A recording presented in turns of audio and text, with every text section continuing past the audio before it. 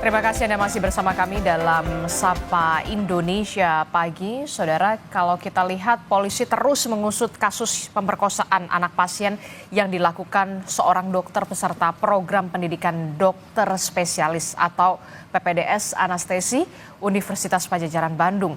Saat ini sudah ada 3 korban yang teridentifikasi. Lalu bagaimana seharusnya pengusutan dari kasus ini dan apa yang harus dicermati dari kasus kriminal yang dilakukan oleh tenaga kesehatan ini? Kita akan bahas bersama dengan sejumlah narasumber yang sudah hadir ke studio. Sudah ada psikolog forensik, ada Bung Reza Indragiri. Selamat pagi, Assalamualaikum. Waalaikumsalam warahmatullahi wabarakatuh. Ya, kemudian juga nanti kita masih mencoba menghubungi dari perwakilan DPR. Dalam hal ini adalah Komisi 9 DPR RI sebagai mitra dari Kementerian Kesehatan untuk bisa memberikan juga pandangannya dan apa yang harus didorong oleh DPR sebagai anggota Dewan menyikapi kasus ini. Saya ke Bung Reza dulu. Bung Reza, kalau kita lihat apa yang ada di benak Anda ketika menerima berita informasi soal ini? Saya tidak ingin membuka ruang bagi narasi-narasi alternatif kecuali semata-mata bahwa ini adalah oknum dokter jahat. Oknum dokter jahat. Dan mengingat Indonesia sudah punya undang-undang tindak pidana kekerasan seksual, maka semestinya kita punya keinsafan tunggal bahwa orang-orang yang melakukan kekerasan seksual apapun jenisnya terlebih perkosaan seharusnya mendapatkan hukuman seberat-beratnya. Tanpa kemudian kita lupakan pihak yang paling berkepentingan dalam proses penegakan hukum ini siapa?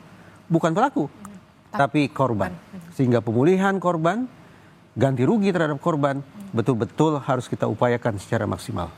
Jadi pelaku ini adalah oknum dokter jahat begitu ya? Seandainya memang terbukti bahwa dia sudah melakukan pidana itu, maka saya sekali lagi tidak punya narasi lain, tidak punya sebutan lain, ini adalah oknum dokter jahat. Oke, dan saat ini yang seharusnya dilakukan oleh polisi adalah menjerat pelaku ini dengan ancaman pasal yang seberat-beratnya. Tapi kalau kita lihat ya, Direktur Kriminal Umum Polda Jawa Barat mengatakan itu ada dugaan penyimpangan seksual pelaku, yakni fetish dalam tanda kutip, terhadap orang yang tengah tidak sadarkan diri. Bagaimana Anda menyikapi ini? Saya pada dasarnya menghormati otoritas Polda Jabar yang berencana melibatkan psikologi untuk pengungkapan kasus ini. Saya anggap ini sebagai sebuah langkah yang positif dalam pengertian bagaimana otoritas penegakan hukum melibatkan disiplin non-hukum dalam hal ini psikologi untuk membantu pengungkapan sebuah kasus. Pada sisi itu saya menilai positif. Tetapi terus terang saya tidak habis pikir kenapa kemudian dari Polda Jabar justru muncul spekulasi, dugaan bahwa pelaku adalah orang yang memiliki kelainan seksual. Kenapa saya tidak habis pikir tentang hal itu? Bagi saya, polisi dan nantinya jaksa adalah ujung tombak kita semua. Cara kita meluapkan kemarahan, cara kita mengungkapkan ketakutan, cara kita mengekspresikan keinginan untuk menghukum pelaku, itu adalah kepolisian. Dengan demikian, otoritas kepolisian seharusnya hanya punya mindset satu saja, yaitu membangun sebuah konstruksi hukum sedemikian rupa agar pelaku seandainya divonis bersalah, dia dikenakan hukuman maksimal. Sebaliknya, ketika justru dari penyidik keluar narasi kemungkinan bahwa pelaku mengidap kelainan A, kelainan B, dan seterusnya, maka cara berpikir kita harus banting setir.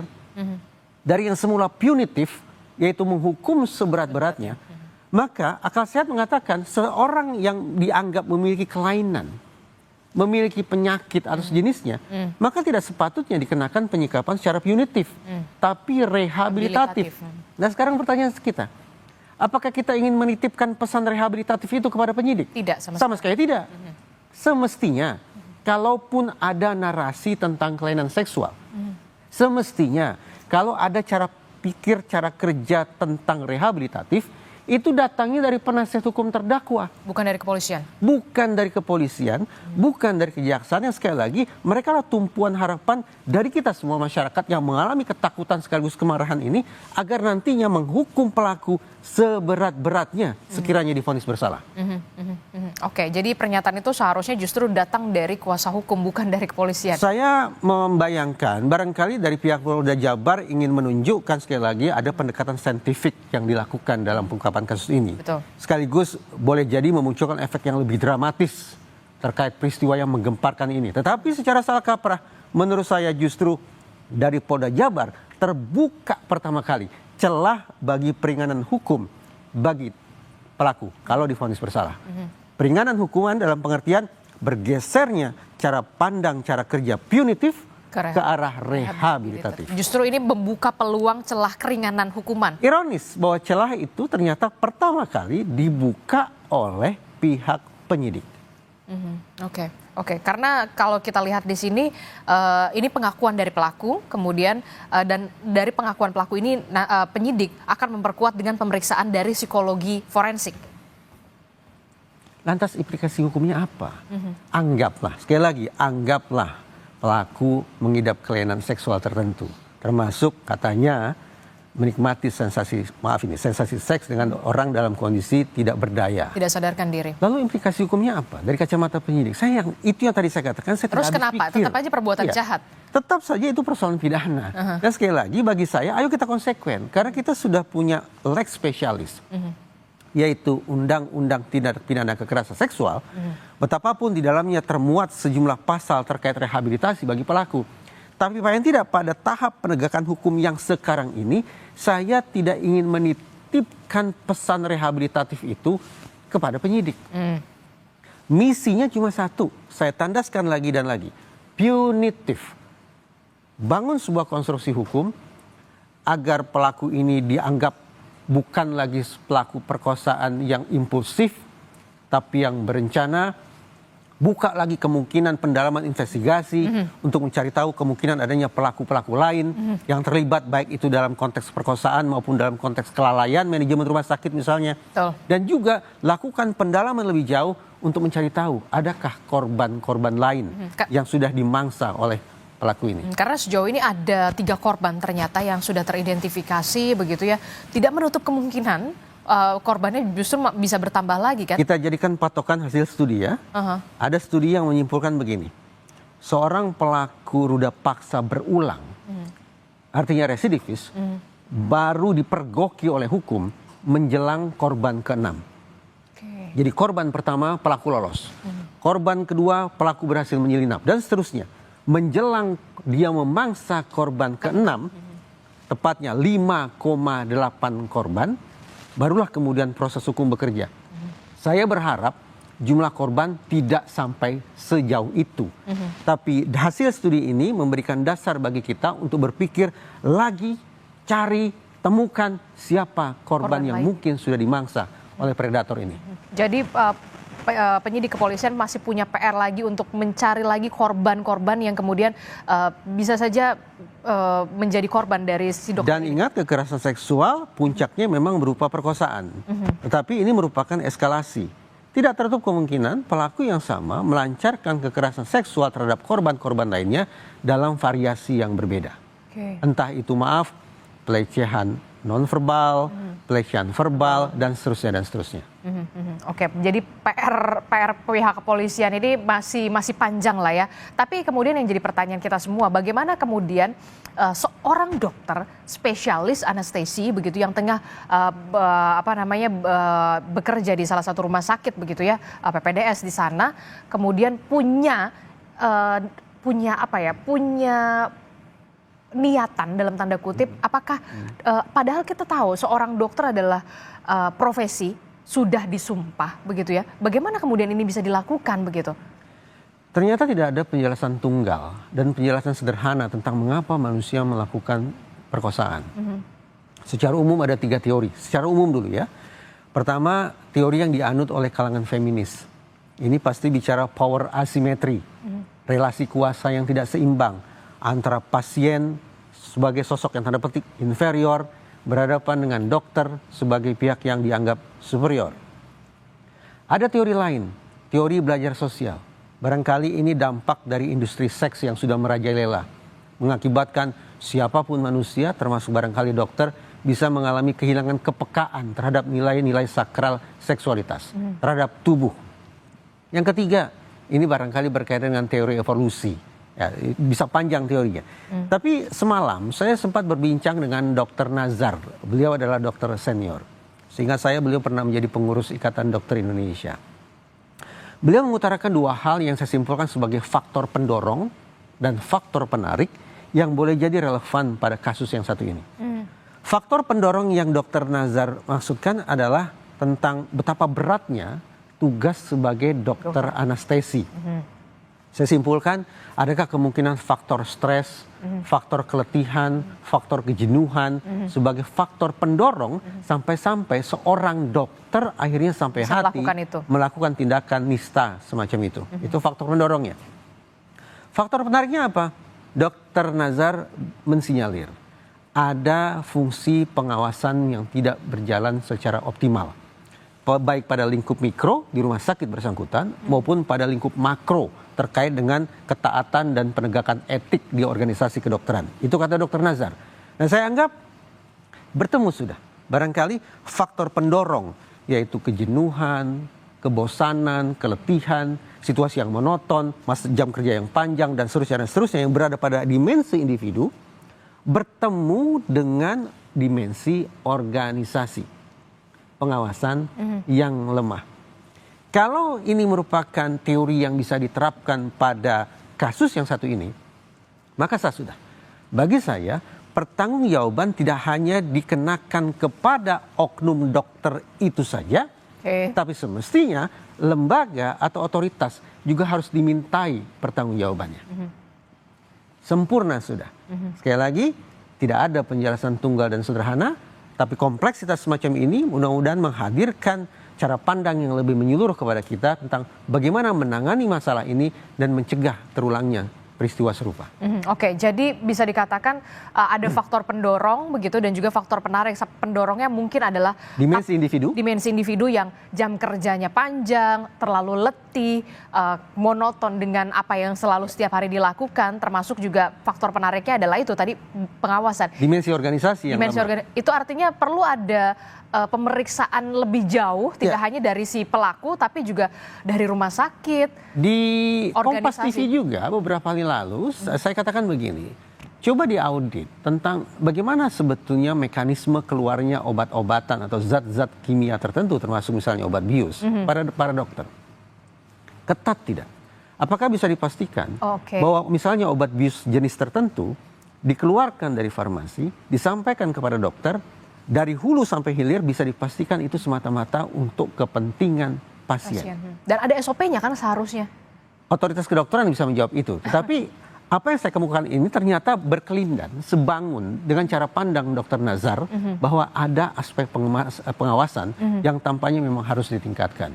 Jadi dan ini adalah PR pihak polisian tentu saja, tidak hanya soal si pelaku tapi juga bagaimana soal manajemen soal. Karena itu tidak cukup hanya otoritas penegakan hukum dalam pengertian sistem peradilan pidana, yaitu kepolisian, kejaksaan, nanti juga pengadilan untuk bekerja mengungkap kasus ini, tapi juga sejak dini akan sangat baik seandainya otoritas Ikatan Dokter Indonesia atau perhimpunan-perhimpunan dokter lainnya diikutsertakan untuk memastikan siapa sesungguhnya sudah tanda petik punya kontribusi bagi peristiwa yang menyedihkan sekaligus menakutkan ini.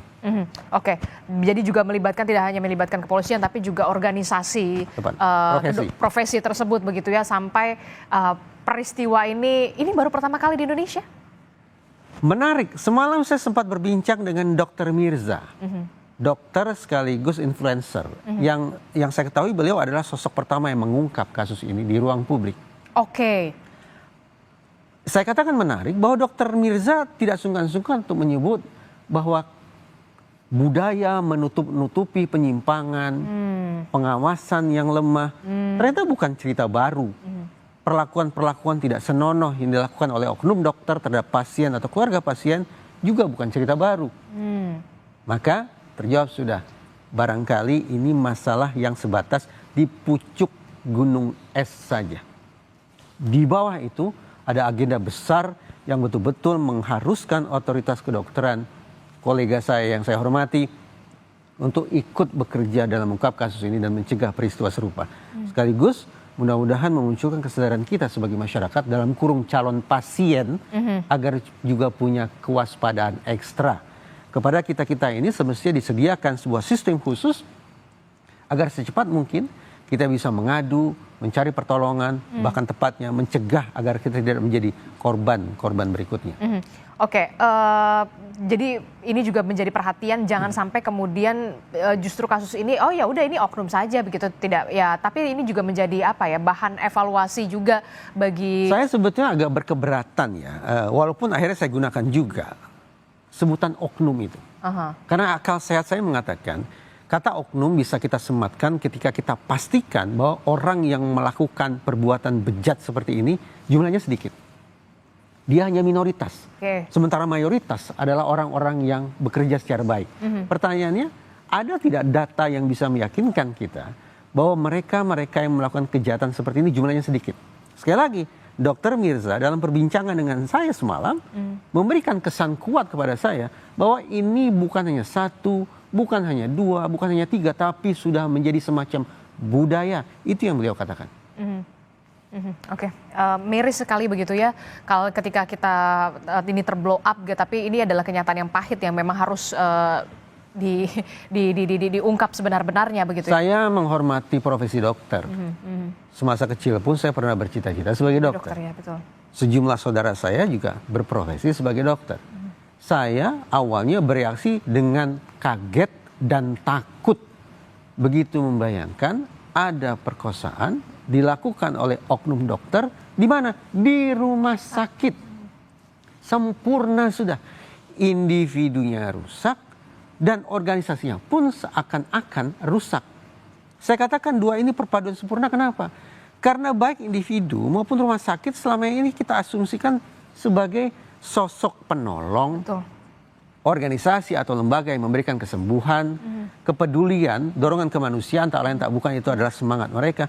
Tapi ternyata terpatahkan dalam peristiwa yang satu ini. Ini jadi juga tanggung jawab dari pihak rumah sakit juga, karena itu dilakukan di rumah sakit begitu ya? TKP-nya di rumah sakit. Iya. Instrumen kejahatan yang dipakai, dugaan saya adalah obat-obat bius dari rumah sakit juga.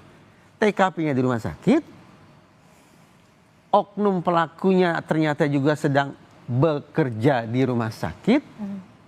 Instrumen kejahatan, mungkin itu ranjang, mungkin itu ruangan, mungkin itu obat bius, juga datang dari rumah sakit itu. Tidak ada alasan bagi kemudian otoritas rumah sakit untuk berlepas tangan, mengembalikan oknum dokter ke fakultas, itu saya apresiasi. Fakultas menjatuhkan hukuman sebelum ada pidana, itu juga saya berikan penghormatan. Tapi sekali lagi, semangat diskusi kita sejak awal adalah coba cari tahu adakah pihak-pihak lain yang semestinya harus ikut bertanggung jawab. Tidak melulu dalam konteks perkosaannya, tapi barangkali dalam konteks kelalaiannya, mismanajemennya, dan seterusnya. Itu yang menjadi underline, tidak hanya soal pelakunya, tapi juga unsur kelalaiannya juga karena terjadi di rumah sakit, termasuk juga penggunaan obat bius tadi, penyalahgunaan ya. Saya mengatakan penyalahgunaan begitu ya. Loh kok bisa begitu kan, pasti dengan profesi pelaku yang seorang dokter anestesi, sudah disumpah jabatan begitu ya, apakah ini juga bisa memperberat hukuman dari pelaku? Tanpa kita sematkan persoalan etik pun, sesungguhnya Undang-Undang Tindak Pidana Kekerasan Seksual sudah memberikan janji kepada kita bahwa pelaku kekerasan seksual, apalagi perkosaan yang merupakan puncak dari kekerasan seksual, haruslah dihukum seberat-beratnya. Nah, hal semacam ini yang kita titipkan kepada seluruh otoritas penegakan hukum pada tahap sekarang adalah kepolisian untuk mencapai target itu. Oke, kalau bisa dilihat begitu ya, ini adalah apa ya, hal yang di luar saya juga pas bacanya dan menyaksikan informasi semacam ini juga, loh kok bisa begitu ya. Nah, ini kan keluarga pasien. Ya. Ini kan keluarga pasien begitu. Apakah Anda melihat ada unsur perencanaan di sana begitu ya? Ini kan kalau tidak salah dokter ini mengatakan, oke, ini soalnya mau mencocokkan darah, donor darah dan segala macam. Apakah Anda melihat ada unsur perencanaan di sana terlebih dahulu? Kata perencanaan dari sudut pandang psikologi forensik akan diterjemahkan ke dalam 4 variabel, 4 unsur. Artinya, otoritas kepolisian harus bisa memastikan bahwa di kepala pelaku tersedia 4 unsur ini sebelum melancarkan aksinya. Unsur pertama target. Berarti oknum dokter ini sudah mengincar secara khusus, secara spesifik siapa yang akan dia mangsa. Bukan secara umum tapi spesifik target yang akan dia jadikan sebagai sasaran kejahatannya. Itu pertama. Unsur yang kedua, insentif. Manfaat apa yang ingin dia peroleh?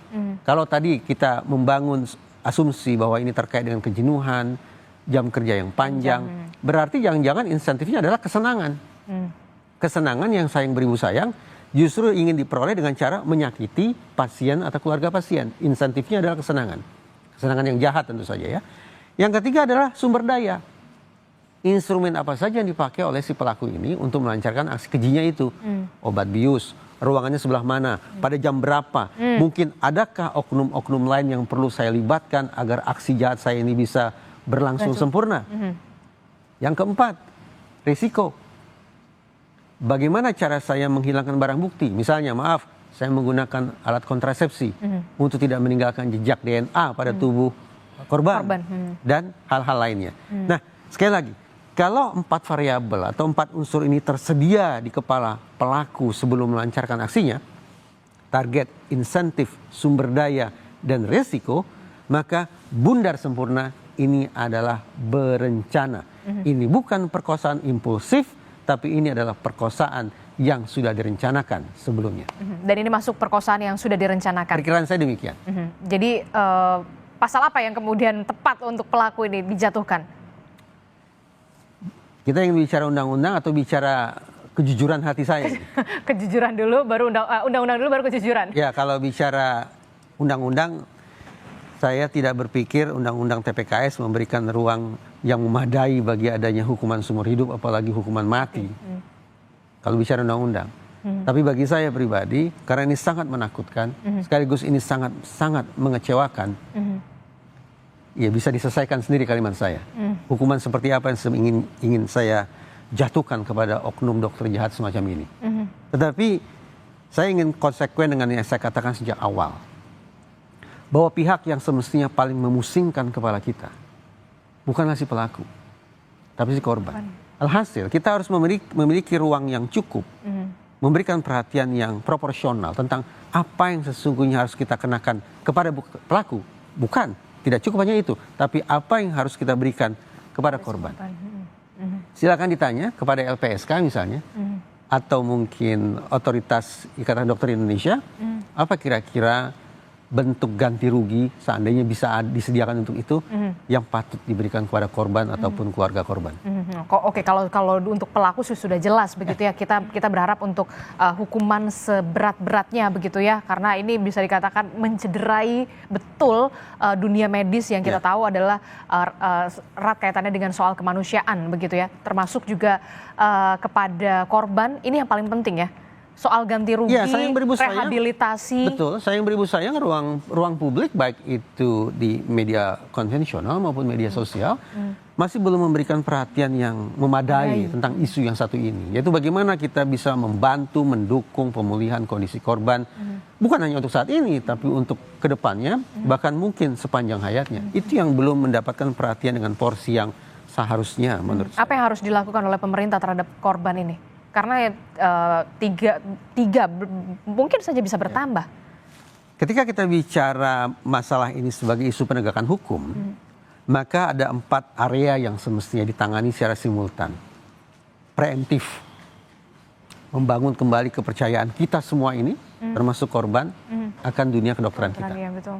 Preventif, mencegah agar tidak ada lagi kejahatan seksual dilakukan oleh profesi tertentu, apalagi di lingkungan yang terkait dengan profesinya. Represif, penegakan hukum sekarang sedang berlangsung. Betul. Dan yang nantinya harus juga kita pikirkan adalah rehabilitatif. Fokus saya adalah rehabilitatif bagi korban. Jadi fokusnya adalah rehabilitatif bagi korban begitu. 4 dimensi atau 4 area ini semestinya kita kelola secara simultan. Dan harus ada yang menjadi ujung tombak pada masing-masing area tersebut. Yang jelas, 4 area ini tidak melulu menuntut kehadiran polisi. Tapi organisasi profesi, para pemerhati, kementerian dan lembaga terkait juga harus ikut cawe-cawe untuk memastikan 4 area ini terisi secara sempurna. Organisasi profesi harus punya peran di sini? Harus. Salah satunya supaya pengawasan yang semacam ini tidak lagi terjadi begitu. Semestinya demikian. Saya membayangkan bahwa mengacu pada perkataan Dr. Mirza, saya membayangkan 4 area ini tidak akan dengan mudah dikelola secara paripurna. Tapi memang usaha untuk itu harus ada.